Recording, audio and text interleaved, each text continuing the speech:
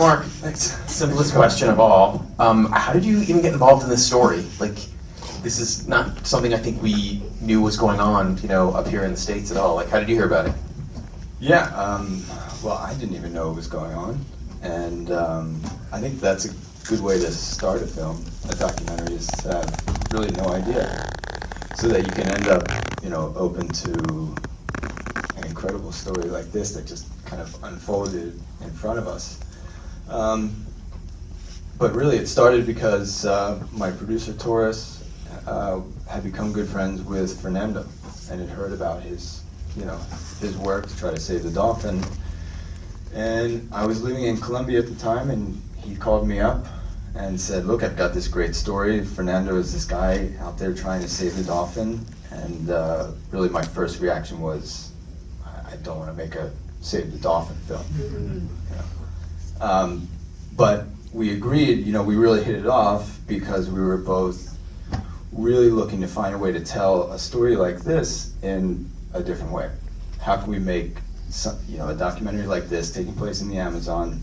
We still didn't know what the story was going to be, but how could we make a really cinematic film, character-driven, and really approach a story about the dolphins and about an endangered species, and do it in a way that would be kind of like a thriller, and really kind of flip this genre, this type of film inside the documentary world on its head.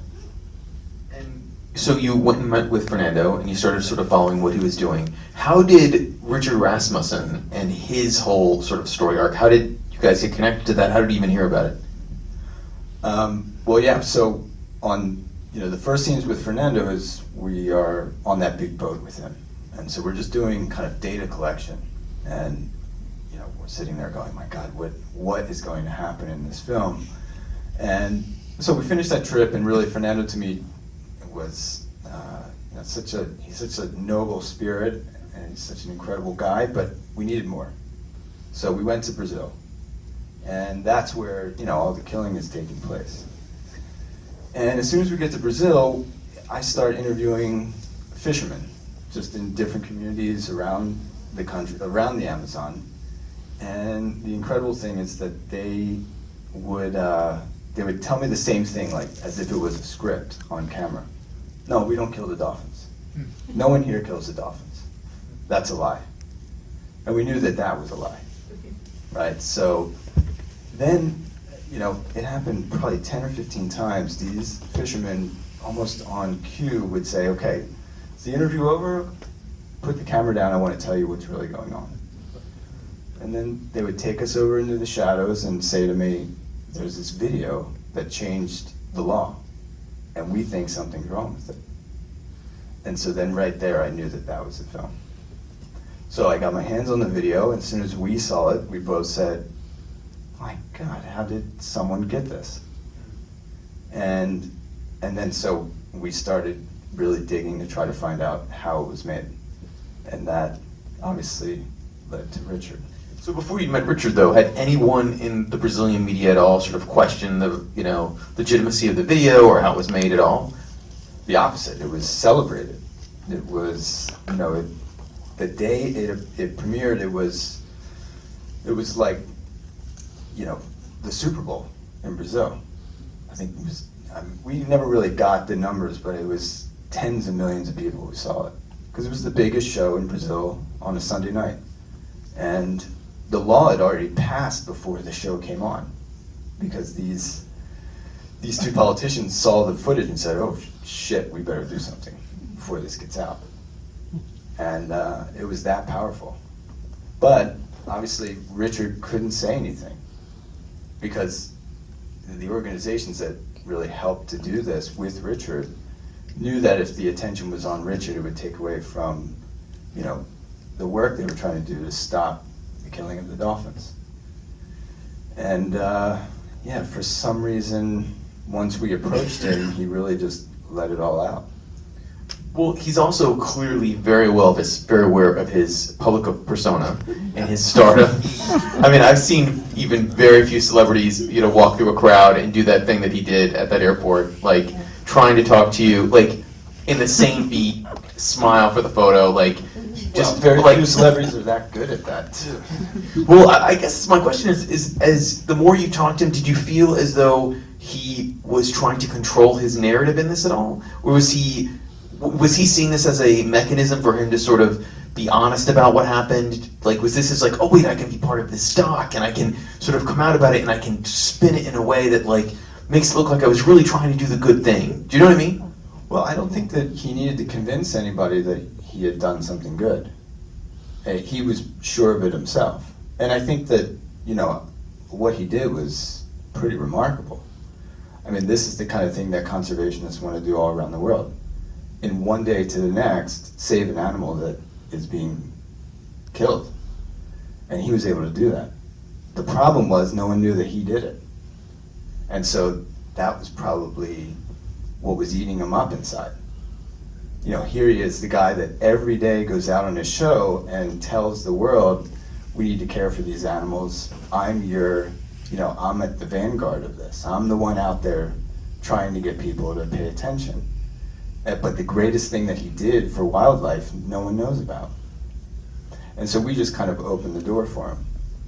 And, you have to open the right doors for a person like him. Obviously, we didn't let him know that we knew the other side of the story. So it was kind of like a confessional, right? Where there was a shared secret, and there's a psychology about sharing a secret, where, if I'm telling you the secret, you know nothing about it, I'm telling you what I want you to know about it. And I can disguise other parts of it. But at the same time, we had a secret too. Which I don't really know what else motivated him other than the fact that he wanted people to know that he was the one that helped save this animal. Okay, so knowing all this, how did you convince him to go back to the village to meet with those villagers who had either said they knew people who wanted to kill him, or they were going to kill him, they destroyed his lives? How did... Because I feel like at that moment when you see him with them, you can see that his motivations are sound, but he's a little bit of like, I don't want to say a psychopath, but he's got some things going on in terms of like how he tries to manipulate people. And do you think that's why he went? Because he just thought, oh, I can go into this situation, I can spin it to my best advantage? Oh yeah, well, he knows that he's very adept at using language and his fame and his presence, and there are cultural norms too that he's taking advantage of in that country, because if you're a white man, I mean, they even said it, we thought he was a person of authority. We're going to do what he says. Even I feel that as a gringo. I go into those places and there's a certain amount of, they look at you differently. And sometimes that comes from a place of them thinking that you are the authority. But I think it was pretty clear, to answer your question, these are kind of like the mechanics behind the scenes of a documentary. There are all these things going on that we don't really expose that makes the story possible. And that's one of the kind of central parts of this film, that I wanted to expose some of those things. To say that while I'm uncovering the story of someone who manipulated some other group of people to be able to get the story, I'm doing the same thing to him. And I think that this happens a lot especially in documentaries. Often the film team is saying, well, this is the reality out there, and I'm showing you what's real, and I'm showing you these people in those real places, and this is what happened. And in fact, it's really just a crafted disguise for what really is happening. I mean, how do you capture reality anyway? When I go to these places, I'm picking particular things to tell you what that part of the story is. And I'm not going to tell you that that's the whole story. It's the same thing I did with Richard. I'm going to only let him know how much I want to tell his story, and then later on I'm going to reveal what else I want. And so when you have a media savvy guy like that, someone who is so aware of his presence and his legacy, in a sense, in front of the camera, then you can also use that to get what you want. And so if the last scene was him screaming at me, "Fuck you, how dare you, this is over," if that's the last thing that he appears in, if that's the last scene in the film, it's not going to look that good for him. He's very aware of. He's very, very, very aware. So, we started putting some of the footage together, and we had begun the beginning of the edit, and we knew before that we had to have reconciliation. We had to have something happen where Richard really had to face these people, and they needed the opportunity to face him too.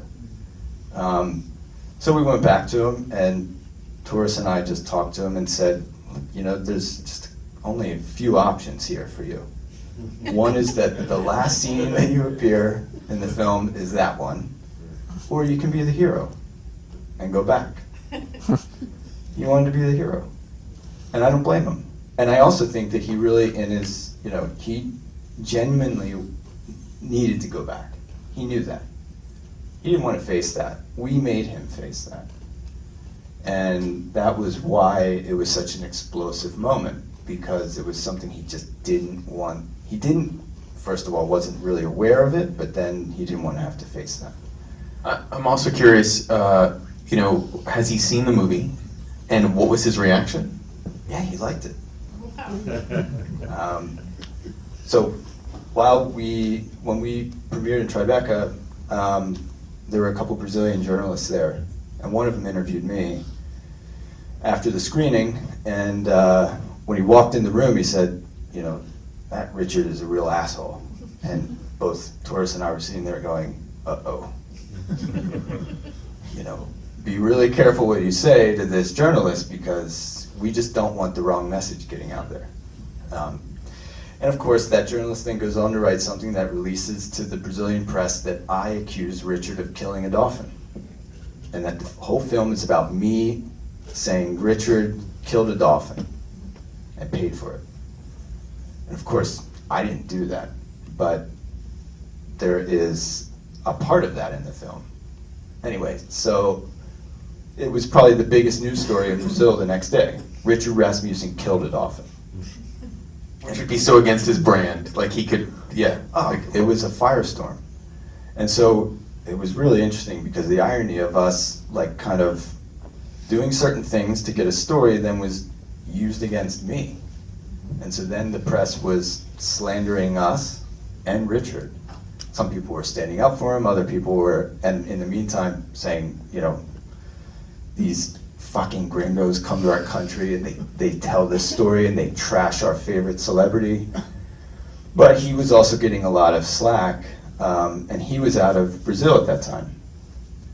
So he starts getting this earful of what's going on in Brazil, and he calls us and he says, "What the hell did you do?" I said, "Well, you have to see the film, Richard. We didn't say that." So as soon as he got back someplace where he had decent internet, it was just the most bizarre scenario to show a film to one of your main characters. We couldn't send him a link or anything, so I shared my screen on Skype with Richard, and of course he's watching it on his laptop, and I have his camera, his image of him watching this whole film. I mean, it'd be like me standing in front of the audience here and watching you guys watch the film for 90 minutes. But it's our main character. It was just the most surreal thing I've ever seen. And I thought he was going to break down at certain points, and then he would puff himself up and get really excited. And then at the end of the film, he just said, those are my words, and you were fair to use my words and not manipulate it.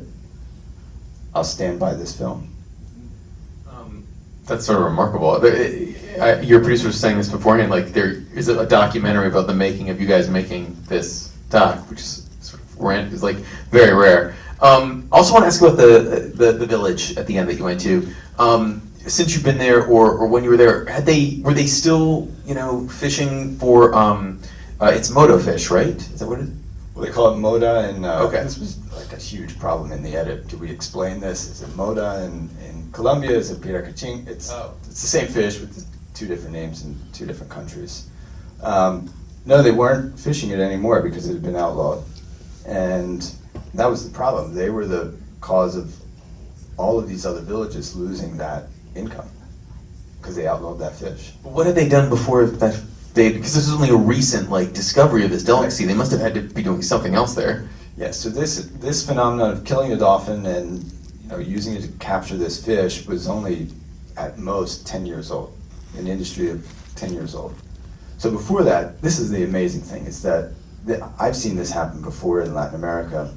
You have a man like Richard who works in conservation or in social work, and he's from a big city. He's a big consumer. I mean, he lives a life like an American. Several cars, big house, travels around the world. He consumes like we do. And oftentimes those are the people that then go to these poor villages and say, you need to be sustainable. And he said, we need to think about sustainability. And they're going, man, we were sustainable before you guys fucked it all up. And it's true. 10 years before, maybe a generation before, these fishermen went out into that river, on the corner of that river. In a couple hours, they were able to get the protein they needed for a day, and that was it. And they didn't take any more than they needed. They weren't part of an economy, a market economy. They just simply fished what they needed. By all measures, that's sustainable. And what happened in other parts of the Amazon, throughout the Amazon, populations were growing and everything was getting overfished. So there were less and less fish each and every year. So then they could no longer sustain themselves. So this fish appears and they say, well, you can make some money so that you can sustain yourself. And then that was taken away. So do you know what they're doing now? Do you know what they're doing to survive? We don't really know. I think they no longer have this this way of making money. I think they're struggling, and I really feel that that's the main reason why they opened themselves up to appear in our film. It's a major, major risk for them to expose themselves in this film. We haven't yet had any luck getting it shown in Brazil, which I think is just, we are astonished by this. We submitted it to the film festival in Rio and in Sao Paulo, which show international films. They're major film festivals. They didn't want it. Well, it's because the Brazilian government funds most of these film festivals, probably. Well, I don't know. I just don't want to think too conspiratorially, because then, I just go down a dark hole. But I think that it's just such a heavy story with no real easy way out, and I don't know if it's a right time for them to try to deal with something like that. Well, just for everyone in the audience as well, if you couldn't tell just by the sort of background on Richard, in Brazil, sort of nature, sort of environmental sort of programming, it's huge. It's even bigger than in the US and also in other parts of Latin America. So the idea that you wouldn't have distribution yet, even on television there, is sort of shocking. If this film was appearing in this multiplex in Brazil, you'd sell out the whole multiplex for a week, just because of Richard. In a city like Rio or Sao Paulo, I mean, he is enormously famous. He's the Kardashian of crocodile jumper or something. He's like an old school crocodile hunter. Yeah. Well, before we go, I want to see if there's any questions from the audience. Anyone have anything that they're curious about? Yes, sir, right there. So, no, I was very impressed. Very great film. Thank you. Because you're laughing through a documentary because this guy's so charismatic. And the documentary on the doc and the social commentary, fantastic. I commend the guy for going to face these people, and I like the solution that he gave them. I know it's a hard solution, to get the government to act and this, that, and the other. And at the end of the film, you said that he was pressuring to do that. Do you think that after you shut off the tape and everything, do you think the villagers would have rethought that over about going to other villages and any of that stuff? I think that they definitely, if they had another chance to do this, they would have never helped Richard make this film, that's for sure. Not our film, but obviously the dolphin killing footage. I think that I don't want to just be cynical about it, because I don't think that Richard had many options of what he could actually do. I think what he said was what he had to say. Because there's not much you can do. They've outlawed the fish, and now Fernando has proven, excuse me, that it's full of mercury. So there's no way it's coming back. So since and you know, really, the villagers are so astute. They say to him, well, look, you know, what is that going to do for us? And if we denounce other people around us, they're just going to kill us. I mean, that's the reality where they are. So it's a really tough scenario that he and others have created. And also the fishermen are not free of guilt. I mean, they were killing dolphins. And that's the reality down there. But since we filmed, and since Richard went to a couple politicians in the Amazon to speak to them about doing something, we haven't heard anything else. I don't think anything else has happened. Actually, there's nothing else they can do. Which is also why they don't want the movie to play in the country. Maybe. I'll be the cynical one, Yeah. having visited Brazil. But we would love to show the film in Brazil, because we really would love to not only bring Richard to the screenings, because I think it would just be, it would be just a phenomenal moment to see how that would play out. And we really think that Richard could use this in a way that would kind of help his cause for fame and for, you know, the animals. But we would also invite the fishermen. They need to appear there. They need to have a face. This is the amazing thing in a lot of Latin American countries. Those populations never get a moment of airtime to tell the rest of the country what their life is really like. And if we could just have that moment, it would just create an incredible dialogue. No, absolutely. And I guess my last question for you is, since you finished shooting and in the process of editing, and you guys premiered, you know, last spring, do you know what the status is of the pink dolphin? Are their numbers increasing? Is it still sort of the same? Has the law changing not helped at all? Like, what's the status? Well, you know, that was Fernando's big fight. So if there's still a demand in Colombia for this fish, then they're still going to continue to kill dolphins. Whether it's on the black market or whatever, they're going to risk it to be able to be part of that marketplace. Because, like I said, there are no other options to survive. So just recently, we just talked to Fernando a couple weeks ago.